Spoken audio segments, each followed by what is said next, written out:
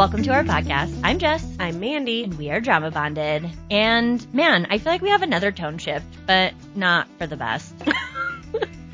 Yeah, I will admit I never thought there would be a world where I was looking forward to watching The Bachelor more than Vanderpump Rules.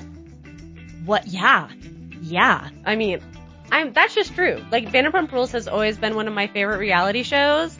So the fact that I'm looking forward to The Bachelor episodes more than VPR says something. That does. Big time. I know. Well, we're not doing it anymore. I don't know if it was intentional or not, but we dropped our drama rating.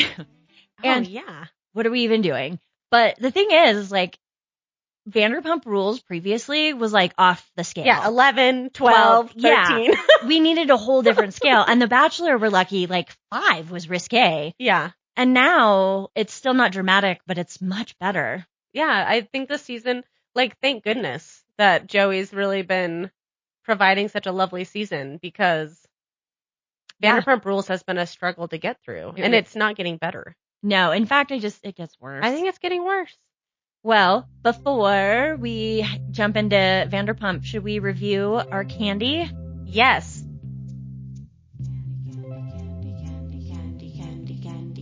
Candy reviews with Mandy and Jess. This week, I don't know if y'all have a Trader Joe's around you, but we're reviewing Trader Joe's sour Scandinavian swimmers.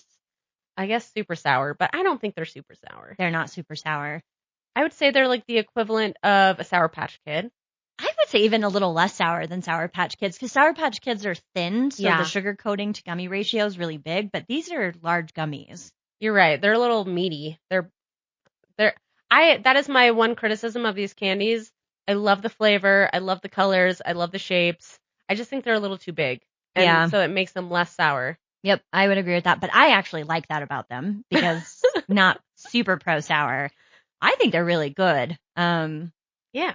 As a gummy, yeah. I like them better than the regular Scandinavian swimmers, which are basically like a take on Swedish Fish. Yeah, I don't like those actually either. But the gummy texture is different on those than it is in the non-sour ones. Mm-hmm. So this texture's good. Sweet level's good. Pink one I think is the best. Oh, I really like the blue shark. Do you? Yeah. Okay. I think the last time I ate them, I was really into the red ones. So for me, it changes. Any color but orange, basically. Really? I was feeling the orange today. Oh. I was like, these are pretty good.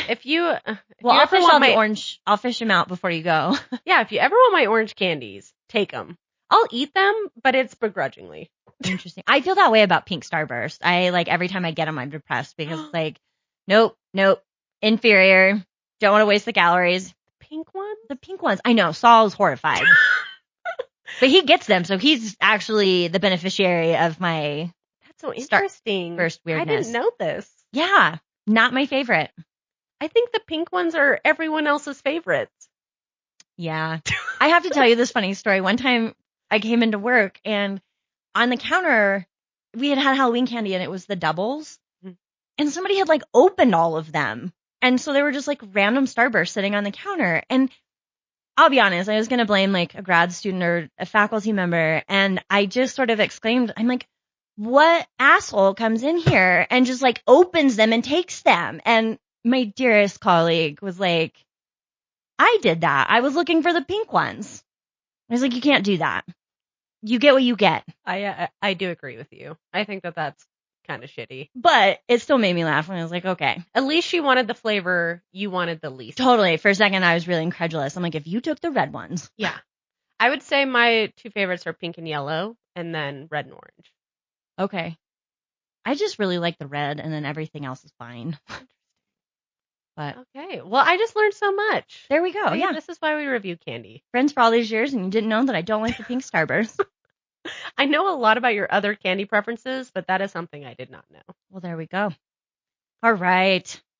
Guys, we're going to jump into some heavy Vanderpump Rules coverage. We're going to pivot a little bit around and talk about some of the things that have been brought up in the episodes that Rachel has provided commentary about on her podcast. Yeah, Rachel Goes Rogue.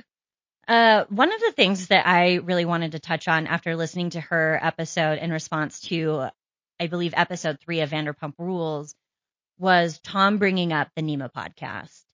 And he brought it up in relation to her hitting her breaking point after finding out that Nima went on the podcast and shared like all of their dating and sexual experiences together. And that I think at that moment she was experiencing like suicidal thoughts. And Tom shared that with everybody. And on the one hand, it's like, cool, Tom's defending Rachel. But on the other hand, Tom is really upset with Rachel for being in this mental health facility, and he's not giving her grace or understanding about her actually taking care of her mental health. So she calls into question, like, why did he bring this podcast up? Yeah, because it's bringing more attention to this podcast that was so upsetting to her that honestly a lot of people probably weren't aware of unless you listen to Sheena's podcast.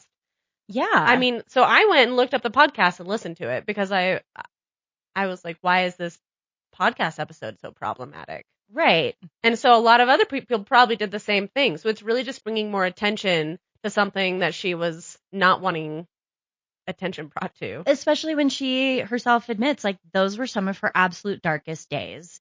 So that just kind of got me thinking, too, on the topic of, like, Tom continually talking about Ariana and Rachel's mental health as it suits him, and his complete inability to recognize that he is also not respecting their mental health and not showing up for them and just all around being a shitbag. Yeah. Like, fuck this guy. I don't know. That's just really wild to me. Well, he uses their mental health in any way he can that benefits him. Yes. So he uses it against them for his own benefit. Right.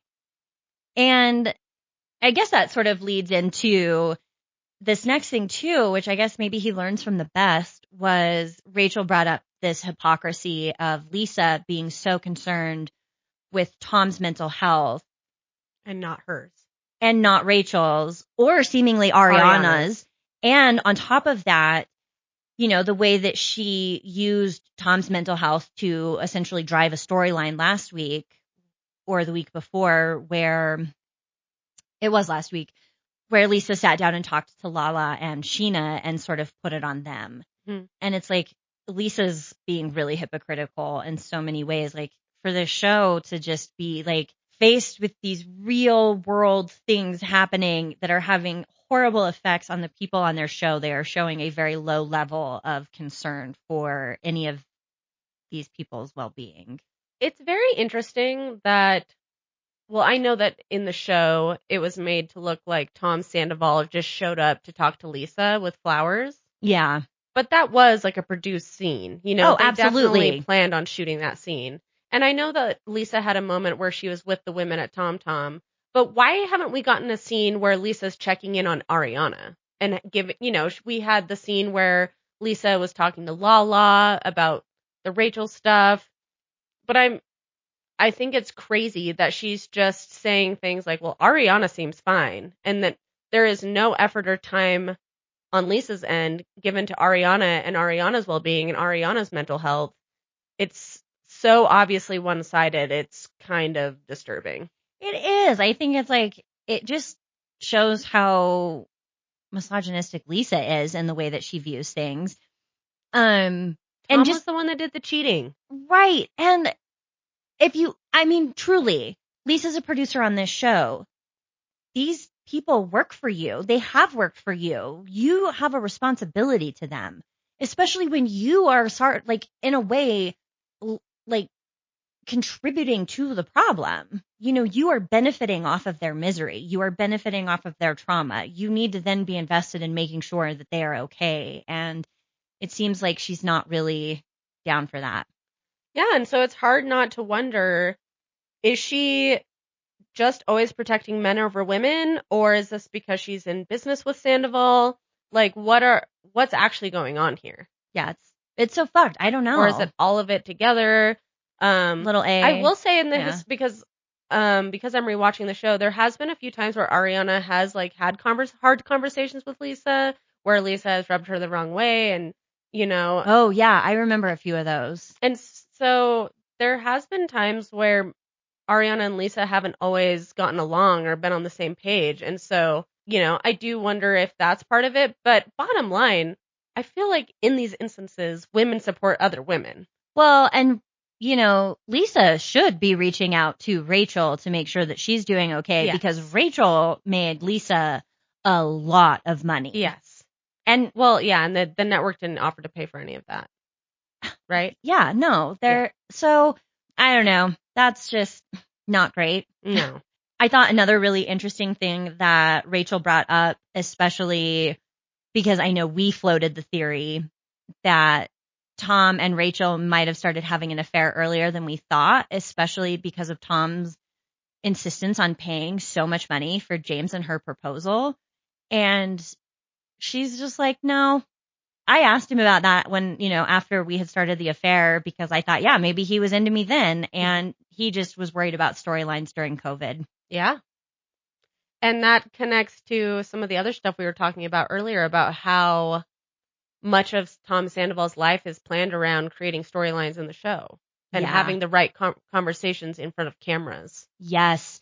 She brought up the New York Times article. And of course, there were the really racist problems with the George Floyd O.J. Simpson comparison. But she expanded further and talked about how she would get calls from Tom or like he would coach her on not having hard conversations until you got a hold of production and then had the conversations on camera for the first time for maximum effect for the show.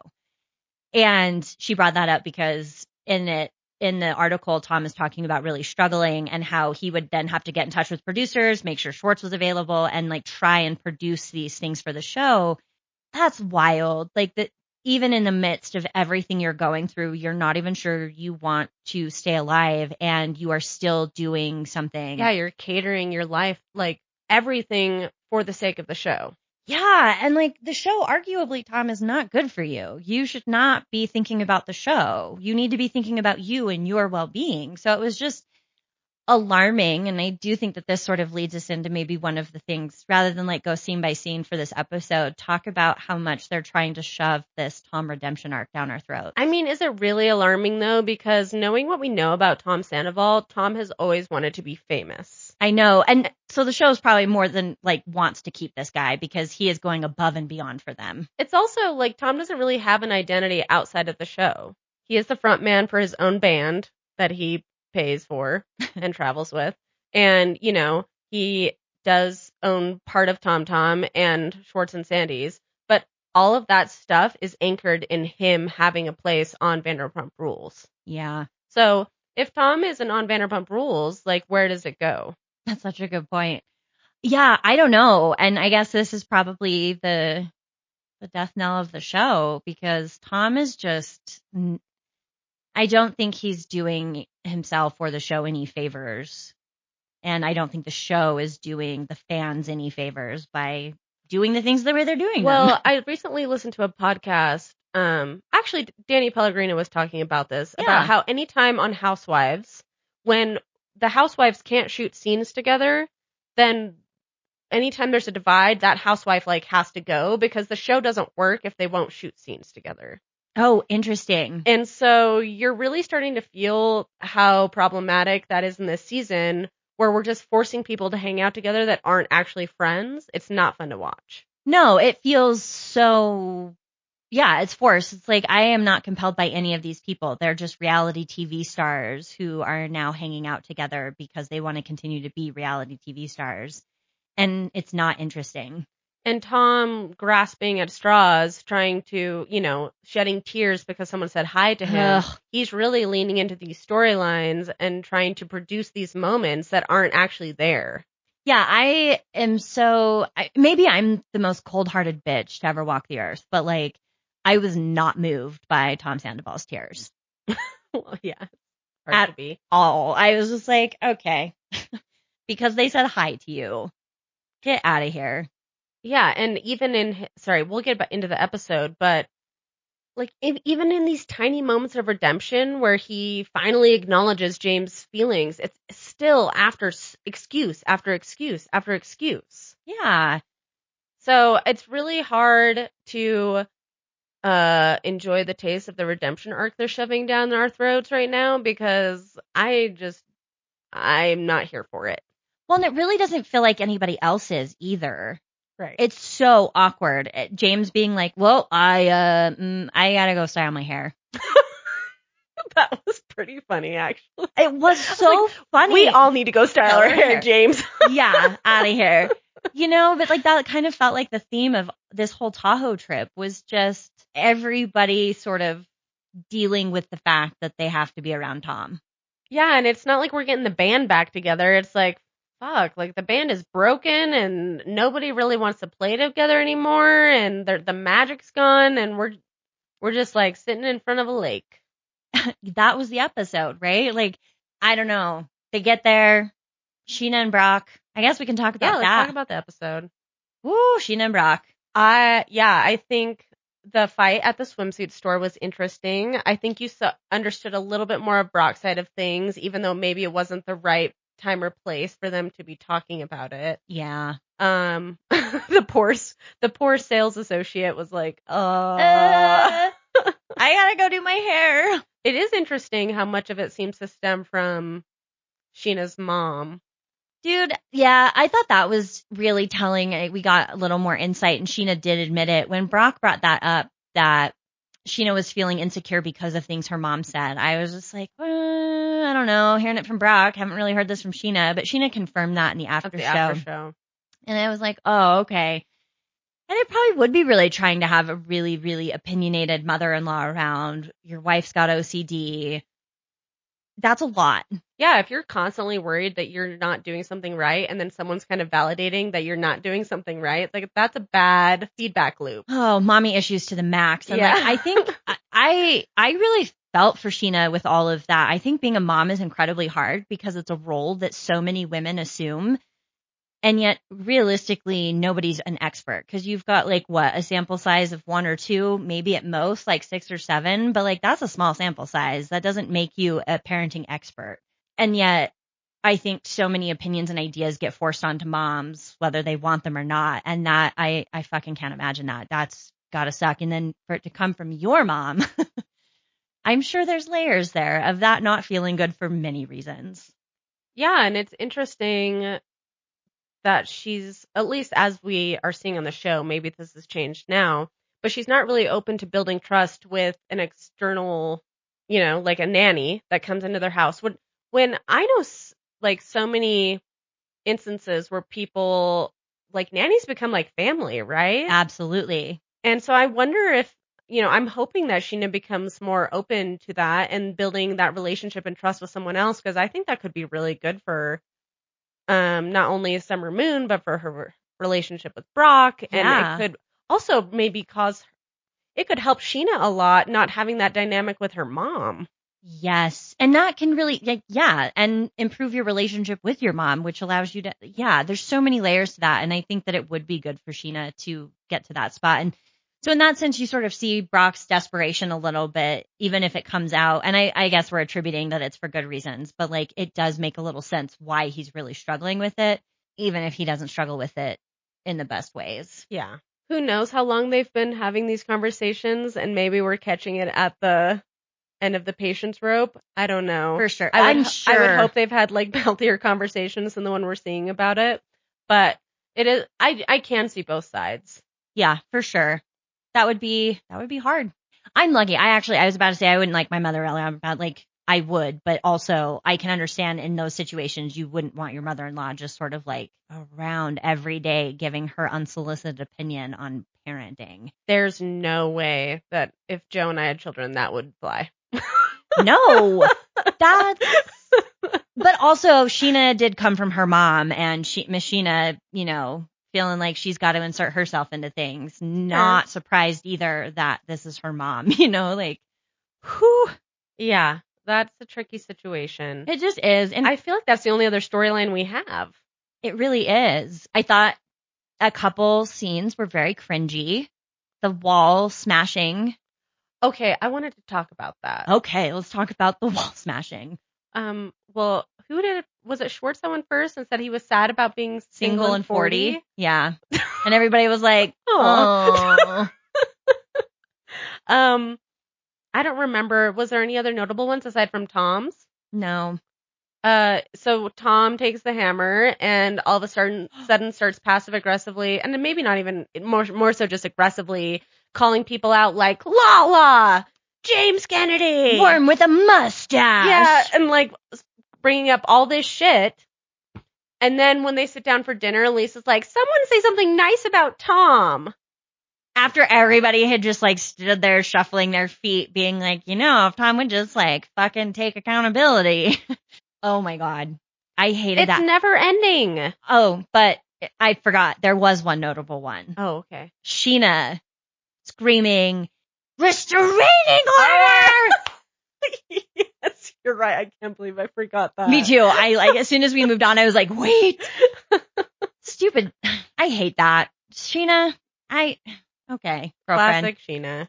Yeah, the comment at dinner and nobody said anything nice about Tom, which speaks to your point that you made earlier and you have been making of just how produced this is. These people do not want to be here. Also, like, that sucks to be put in that position. All of a sudden, Lisa being like, what's your favorite thing about Sandoval?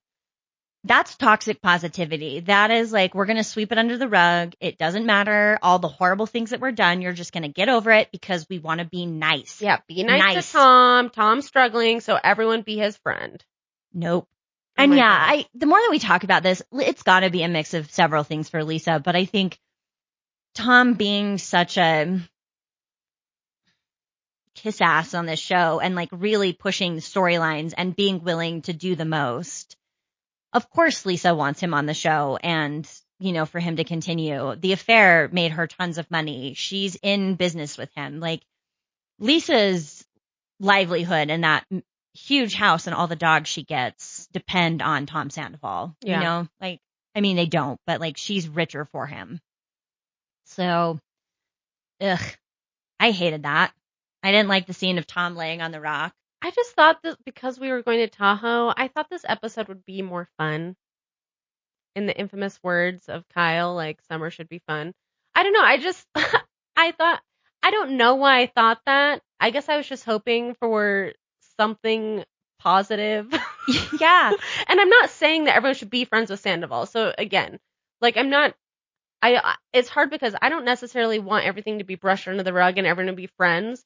But the show's just in a really cringy place right now. It is. Yeah.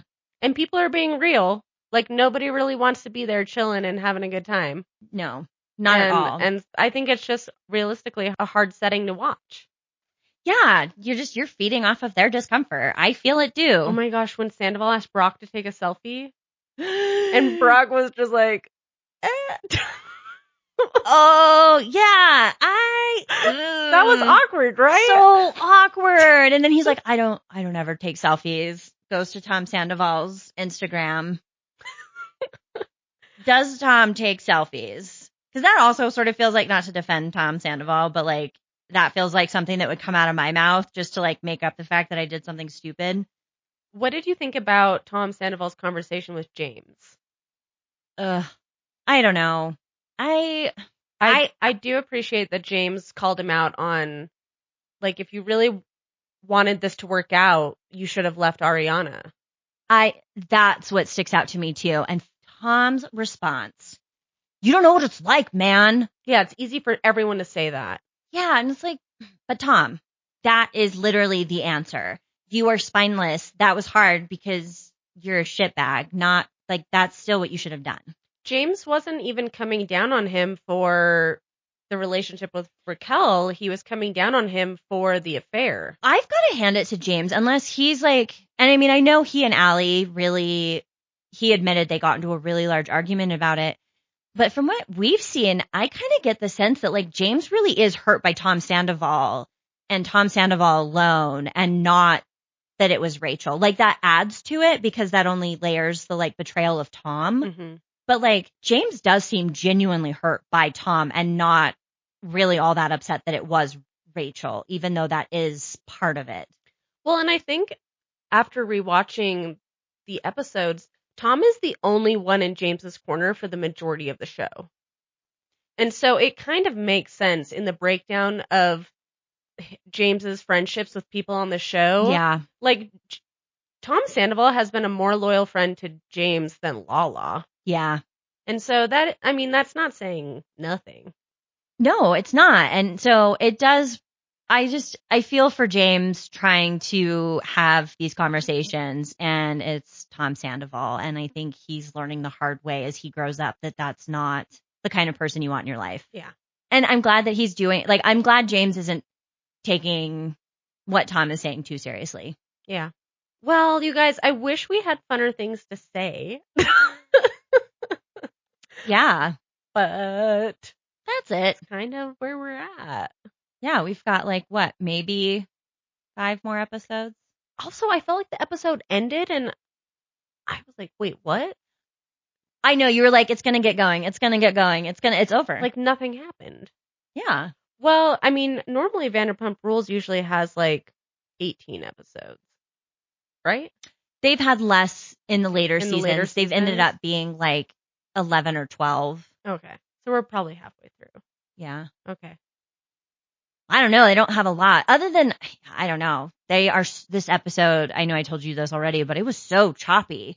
I'm writing notes about the scene and it's the next scene. And I'm like, wait, what even happened in that scene? Why am I going all over the valley? All of these scenes shot with people by themselves where nothing's happening. Yeah.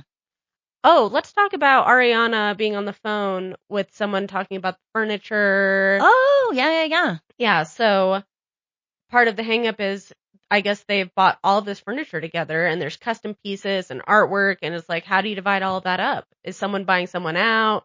Are we splitting it up? Some of that furniture and art is nice looking too. I'll take the pink chairs. The pink chairs. I wrote that down too. I'm like, oh, those are beautiful.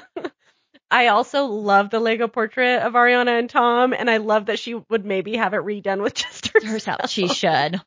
The Lego portrait was really cool. I love that. The credenza. She's like, meh. That should probably just stay at the house. Yeah.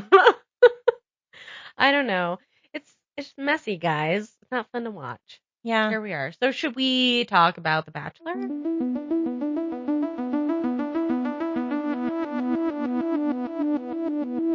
Let's talk about The Bachelor. Okay. I would say this was one of the less fun episodes, but I still enjoyed it. Okay. Yeah. That's good. We're in Jasper, Canada.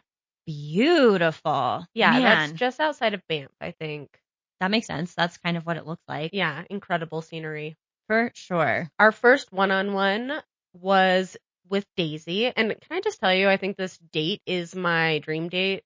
Horseback riding, ending with a hot tub. Well, and the music with it. Yeah. Man, that was an edit. That was scenic. It was like a movie. It was. Yeah. I also want to point out before, just Jen's theme throughout this whole episode is struggling. I know. And it was sad to start with her not getting that one-on-one and then Daisy gets it. And guys, I was Team Daisy from the start, but that was with just sort of the truck and the dress. Yeah. And since then, it's been clear that Daisy's not this person for him. But then this episode was wild. Yeah. So Daisy kind of goes into the date being like, I'm not in love yet. And I need to talk to him about this. And it's, I want to be honest about where I'm at before he meets my family. They have a cute date. We get to the dinner scene and she's really honest about the fact that she can see herself getting there, but she's not there yet. And she kind of needs him to meet her family before she can get there. Yeah. It's probably because I'm an old hag, but I don't know what that feels like to see yourself getting there being what does that even mean? That's what I feel like you're there, you're not. And that's what I'm trying to say. Maybe it's because it's been so long since I've been in a position to feel that, but I don't ever recall being I'm getting there. I mean, not saying that. Okay. I feel like a lot of times the beginning of a relationship is a little bit more based on chemistry and butterflies and lust and infatuation. Sure, you know what I mean? Yeah. It's a little bit more superficial and then you grow together and you end up falling in a deeper level of love. Yeah. But you initially are into that person or you're not. That's what and you don't have to be in love, but you're I'm in it. Like, I would love you to meet my family. Yeah, and she just sort of is like, he's hot, and that's it. Like, I don't even know if she thinks that. Like, she just does not seem into Joey. I agree. And it's weird to me after Joey's like all these concerns. He's like, here's a rose. Really? I know. He responded very differently to Daisy. I mean, granted, I know Maria's hesitations were a little bit more out of left field and a little bit more abrupt. For sure. But still, I was floored. I was like, she's going home. Also, can we just bring up how bad the shirt was? I thought that too. I was so distracted by the high neck white shirt she was wearing in the dinner scene. It either needed 2 sleeves or no sleeves. It looked like she was like a pirate that got one sleeve ripped off. And hair up. Off your neck. There's too much going on. She had like so much bulk from the sleeve and the neck and the hair. And it's like the satin and too much. Yeah. I was distracted. Oh, her rose ceremony dress was no better. Yeah, you were right about that one. I know. I had to do a double take. It's kind of like a bad Easter dress. Yes, that like, no offense, but like, you know, you'd be really excited to wear when you're 7. Yeah. So I struggle with I do understand that Daisy has been through so much that I can't understand as far as her health. And it's so probably important that her family was able to be there and help her through that. And so I do understand that maybe she has a different relationship with her family because of that. But I think it's also weird to put so much weight on Joey meeting her family before she's like ready to take the next step emotionally with him. yeah, I think it puts more pressure on the situation. It puts more pressure on Joey. It puts more pressure on her and her family. well, also has she watched The Bachelor? Come on, we know these hometowns are It's not an ideal situation. No, families are really like rightly so, very reserved most of the time and not super cool with everything. So like, yeah, it's sort of like, it almost feels like, and I know I'm jumping ahead, but it felt to me like I was really sad that Jen went home and Daisy stayed when it feels like Jen's there and wants to be there. And that is a sure thing. Despite having a harder relationship with her family. Oh my God. Yeah. Like huge hesitations, but she was like gonna move forward. She's like, just FYI, this is going to suck, but like, we're going to do it. And Daisy's like, I don't know. I'm always suspicious of that too. I don't know. It feels like you need your own identity outside of your family if you're going to go on a show like this and, you know, want something to come of it. Like, it's great that you have such a loving relationship with your family. But I also think it puts a lot of pressure on Joey in that familial setting. Yeah, that's intense. That's already hard to navigate anyways. Yeah. But I don't know about that. All right, so Daisy's the first one to hometowns. All right. And then Group date. Kelsey A gets a second one-on-one. Oh, yeah, and that really puts Jen in a... Yeah. Jen, it's so interesting. I think women know. You just know. You're like, it's off. It's not quite there. It's been better. And I feel it going backsliding or like going a wrong direction. She knew. Yep. She knew. I was still so surprised that Jen didn't end up in the final 4. Yeah, that is wild to Jen, me. I'm surprised. I thought I've been saying that she was going to be in the top 4 for weeks. I know. Man, and I really love Jen on this date too. She's like, I'm going to be in nature. I'm going to use that to ground myself. I was like, girl, yes, use nature. I loved this. That whole date was so funny to me. The Lumberjill date. I was pumped. I would do so good at this. I would too. Yes. It looks fun. I want to do it. Me too. So fun. Also, I would make a really good lumberjill. I just need to eat more waffles and cookies, put on more weight, and boom. I too could be a lumberjill champion. You're wearing flannel right now. I know. I'm in my, what Saul calls my butch phase. It's good though. You could have a bunch of different colored flannels though. You know? I could. I want to. I'm working on it.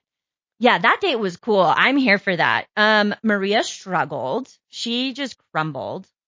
That's fair. Those dates aren't for everybody. No, she's definitely a city girl. Not surprised Kelsey T won. No, not at all. She's an athlete. Yeah. She knows what she's doing. Yeah. Also, she was committed. So was Rachel, though. That milk. Yeah. And when she said that she's like lactose intolerant. And also like had some other allergic thing going on too. So it was like double whammy. I'm like, she's going to be shitting her pants tonight for Joey.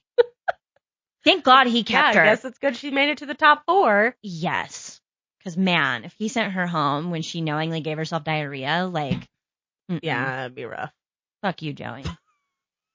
Canceled.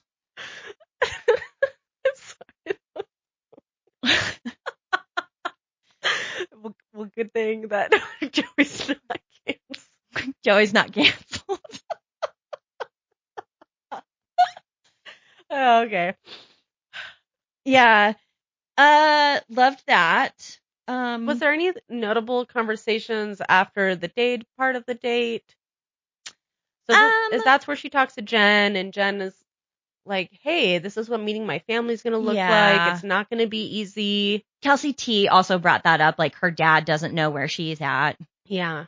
So that both of those, again, were heavy hitters. Like, this isn't, my family's probably not going to like you. It's like, this is going to be hard. We've got shit anyway. Yeah. And you coming into this, especially in these, like the circumstances that you are, this is going to be tough. Isn't it Kelsey T who said that she's never brought someone home, or was that Maria? Maria finally, okay. I think, confessed to that at the end, or like maybe in the preview for next week. Because, fuck, that's extra hard. That is extra hard. Oh, and I know we're getting ahead, but like, I hate the protective dad thing. I know. And that's all I saw. Like, trust the women. You know, these are your kids. You raise them. Trust them to make good decisions for themselves. Smart adults. Yes. Capable of making good decisions. Let them do them. They don't need your fucking opinion. Play the fucking game. Tell them. Ugh. Okay. I don't know. Maria's conversation. Okay, yeah. So, Maria, I was really caught off guard, but I mean, they show at the beginning of the episode, so I wasn't in that way, but I'm just kind of surprised. This felt like it was coming out of left field.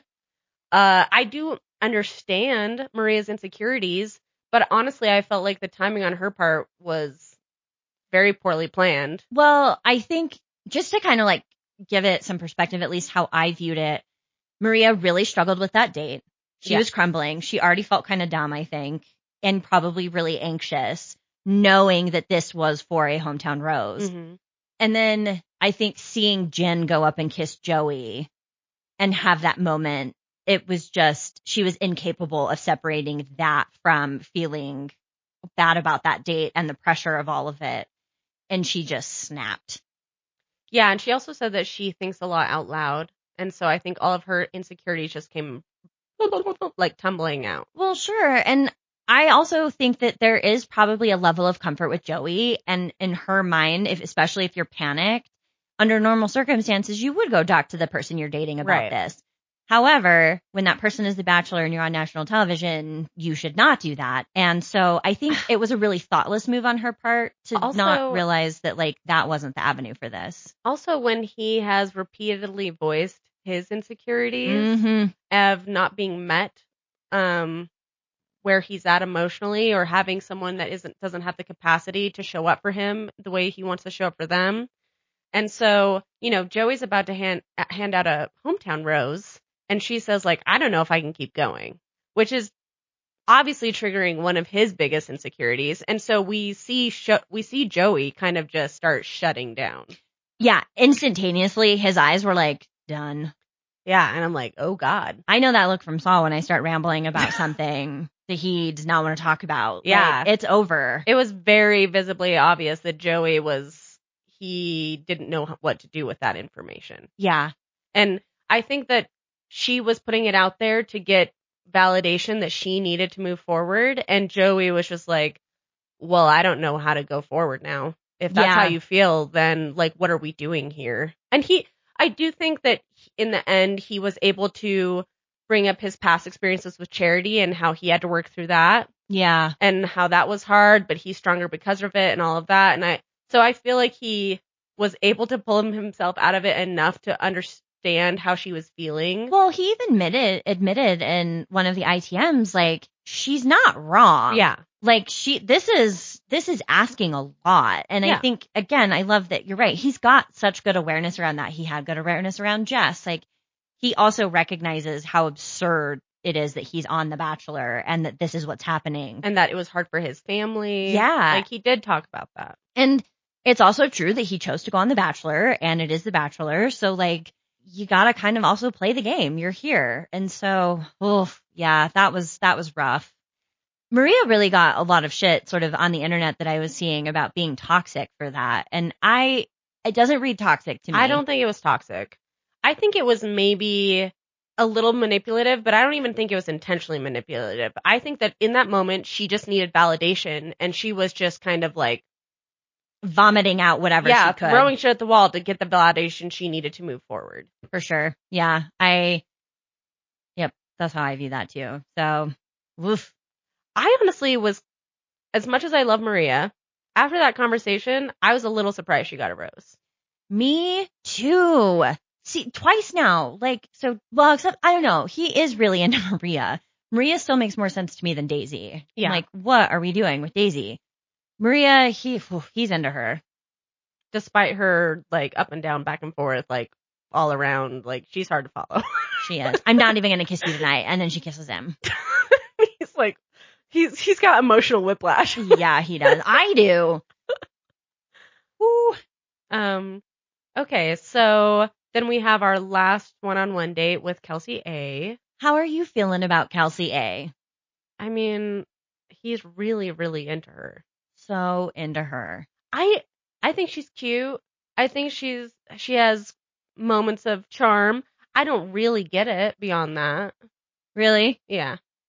I was excited how excited she was about the polar plunge. Yeah, I mean, she was down more than Joey. It was good that she had a lot of good energy for that because Joey was not looking forward to it. Oh, and poor Joey making another comment about not having a lot of meat on his bones. I'm like, buddy, you're great. You're beautiful. Like, your body's great. What are we doing?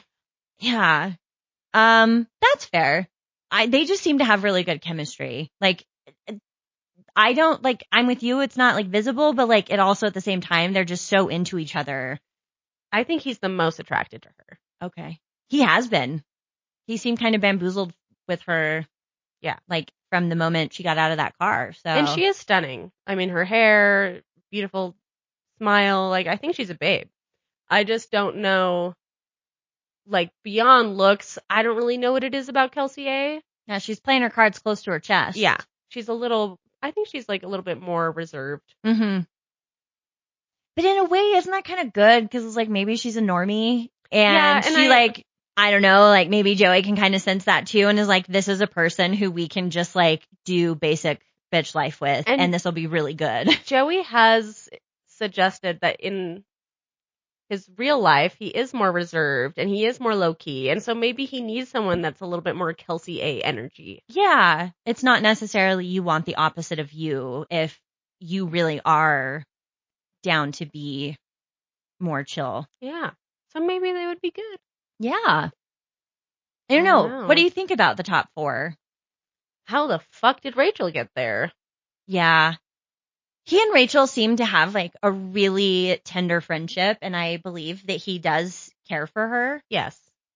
I think tender friendship is the perfect way to describe it. Yeah. But I'm like, how are we meeting Rachel's family? I don't know. That also, this is the part, right, where it gets kind of unfun because you're just like, he's got to be leading on. I think we should only meet 3 families. Yeah. Let him sleep with 4 people. Only meet 3 families. Or what if it's like meet 3 families, sleep with 2 people? I don't know. And then, sleep or don't sleep. Actually, to be fair, I shouldn't. Overnight. Spend time in the fantasy suites with 2 people instead of 3. Yeah. I think that would feel better. 3 is a better number than 4. For sure. What are we doing? Because we know it's not 4 people. You just know. A 4th person is tagging along. That 3rd person is pushing it. But like 4, this is obscene. Yeah, we don't need 4 hometowns. No. Also, the hometowns episode sucks. I know, and everybody was crying. Yeah, it doesn't look good for Joey. It looks really intense, not gonna lie. Every dad hates him. everyone's like, yeah, but there's so many other women. And God, it's I like, hate that. you guys, that we is know. the show. Your kid chose to go on it, so drop it. Well, then people being like, if you hurt my daughter, and it's like, okay, well, that's not really productive because your daughter has a 25% chance of being there at the end. Yeah. And she chose to go on this show. Joey didn't like coerce her onto this show. Yeah, and also none of this is Joey's fault, to be clear. And your daughter needs to be able to protect herself. Yeah, I'm not looking forward to that. Hopefully, I don't know. It would be cool if we got a good hometown. Yeah. Dotton and Charity had a really good hometown. There was actually, so Aaron's family was also delightful. Oh, and his mom did all that cooking. Yeah. I also remember loving Joey's family as well, even though I thought his dad would be more like a part of it, and his Uncle Joe had like a weird moment. But I remember liking Joey's family as well. I think even his uncle having concerns, thankfully, were not about any of the women. Mm-hmm. It wasn't more about Joey being himself. Yeah, and like that I can get behind. If you want to have concerns over your kid specifically, fine, but don't make it everybody else's problem. Oh, and Xavier's family was also lovely. Yeah, Charity had so many good hometowns. Unfortunately, I do think the dynamic of bringing a woman home versus bringing a guy home is just inherently different. Right, the expectation Yep. is so different. And like inherently, like I don't know what Joey or any guy could do when you have adversarial father figures like that. Like there's just... Yeah, I mean... You're just fucked until you're not, and that's going to be a weird power dynamic for you to navigate. Yep. I hate that. So, hometowns. Who do you see being final three? I mean, I would assume Rachel's not in the top three, but here we are. I have been wrong multiple times on this season, which I messaged Jess and I said, I really don't know how this all plays out. I feel like my intuitions with the show are usually pretty on point just because of how many seasons I've watched. But I've been wrong multiple times this season. Yeah. Which is fun. I like that I'm like, what's going on? Where are you taking us? Who knows? I'm trying to decide how I feel. Like, I don't know. I guess I have, to my mind, man, I don't know. I can just go in a circle. I was about to say that I could see Kelsey A and maybe Daisy, but then it's like, I don't know. Daisy's got to get there. That's weird. So maybe it's going to be Maria, but then like I can't see Maria being okay with all of it. Like Maria's going to implode. Yeah. I just don't know how this works out. I don't know. I'm a little concerned for Joey. Me too. It just seems messy and like nobody. Yeah. And we know it doesn't end good. Yeah. Unless there's like a secret surprise ending that they've been holding back. It's happy tears. You know, kind of like, or something could happen after filming, like Clayton and Susie. I loved that for the minute that it lasted. Yeah. And at least it made the ending less sad. For sure. For them to come out together as a couple. Ooh. I don't know, guys. I don't know either. It's a lot. Yeah. So it's just gonna buckle up. Yeah. I will say, without saying anything, because I didn't learn anything, nobody knows what the ending is. I know, Jess looked up spoilers. Well, because I scroll through the Bachelor thread, and like, for Zach's season, this late in the game, there were like 2, 3, maybe 7 comments on a good day. Hundreds. Every day. And I'm like, oh my God, I gotta know. And then as I was reading, I'm like, no one fucking knows. No one has anything. That's pretty impressive. I'm surprised. Yeah. Usually reality Steve's all over it. Yeah. So I don't know. Anyways, I guess that's that. Yeah, that's all there is. That's all there is.